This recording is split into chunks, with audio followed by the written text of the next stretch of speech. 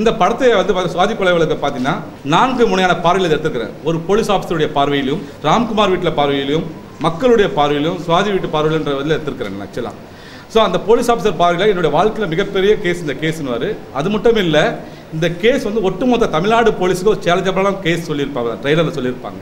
It's கான்ட்ராவர்ஷியல். இந்த கான்ட்ராவர்ஷியல் issue ஆக்கணுன்றது தான், இதனால சொல்யூஷன் கிடைக்கணுன்றதால தான் இந்த படத்தை எடுத்தோம். இப்போ சுவாதி வீட்டில் போயிட்டு அவங்க மனதை துன்புறுத்தணுன்றதுக்காகவோ இல்லை ராம்குமார் வீட்டு மனதை துன்புறுத்தணுன்றதுக்காகவோ மிகப்பெரிய செல்வாக்கான டிபார்ட்மெண்ட் நம்ம போலீஸ் டிபார்ட்மெண்ட் வந்து வேர்ல்டுலேயே நம்பர் 2ல் இருக்குன்னு சொல்லிட்டு இருக்கிறோம். அந்தளவுக்கு நம்மளால செயல்படுறாங்க.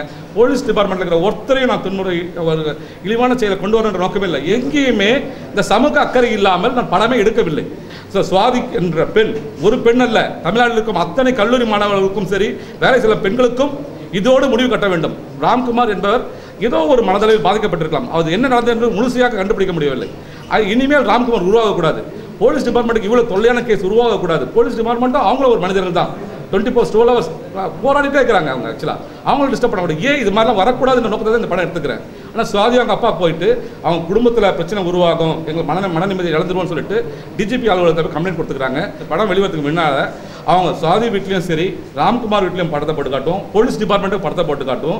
எந்த எல்லளவு தவறுதாலும் அதை கரெக்ட் பண்ணிக்குவோம். அதுக்கப்புறம் தான் சென்சார் போர்டுக்கே நாங்கள் போவோம்னு. அதுவும் ஒரு படம் எடுத்தால் கண்டிப்பாக சென்சார் போர்டுக்கு போகாமல் வெளியே வரவே வராதுங்க.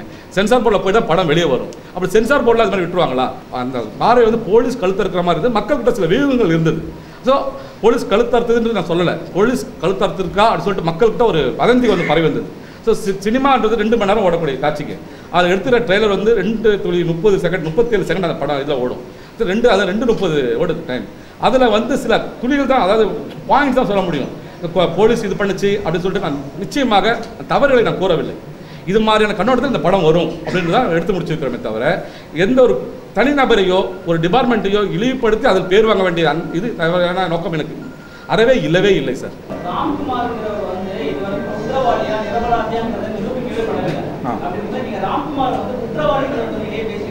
எங்க நான் காட்டலையே சார், ராம்குமார் குற்றவாளி ட்ரெய்லர் ஒரு ஷாட் தான் காட்டலையே சார். இல்லை சார், குற்றவாளி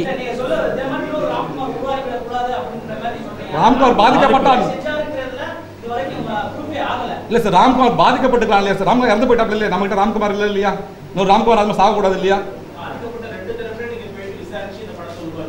இல்லை பாதிக்கப்பட்டவங்களுக்கு தெரியாது சார். அவங்களுக்கு எப்படி தெரியும் சொல்கிறீங்க நீங்கள்? பத்திரிகையில் வந்ததும் டிவியில் வந்ததை வச்சு தான் ஃபுல்லாக நாங்கள் ஃபினிஷ் பண்ணிக்கல. கற்பனை எதுவும் சேர்க்கல, படித்ததும் பார்த்ததும் கேட்டதும் அறிந்ததும் மட்டும். அதாவது இதில் எதுவுமே யார்கிட்ட விவரம் இல்லாதவங்கிட்ட போய் கேட்கல. ஆணித்தரமான அதுக்குள்ளே தெரிஞ்சிருப்பாங்களே அவங்க லாயர்ஸு, அவங்க சார்ந்தவங்க, அவங்க நண்பர்கள், அந்த இடம், அவங்க தங்கிய இடம், எல்லா இடத்துலையும் நாங்கள் இது பண்ணி அவங்க போனது எல்லாமே அவரோட நண்பர்கள், இந்த சர்க்கிள்லாம் விசாரிச்சா நாங்கள் பண்ணிக்கிறோம் தவிர எக்ஸ்ட்ரா நாங்கள் எதுவுமே சேர்க்கலை. நாங்கள் ஒரு பாயிண்ட் ஆஃப் சேர்க்கலை. நாங்கள் ஆக்சுவலாக இந்த பெர்ஸ்பெக்ட் மூலமாக என்ன சொல்கிறேன்னா, நானும் ஒரு கூட்டு குடும்பத்தை பிறந்தவன்.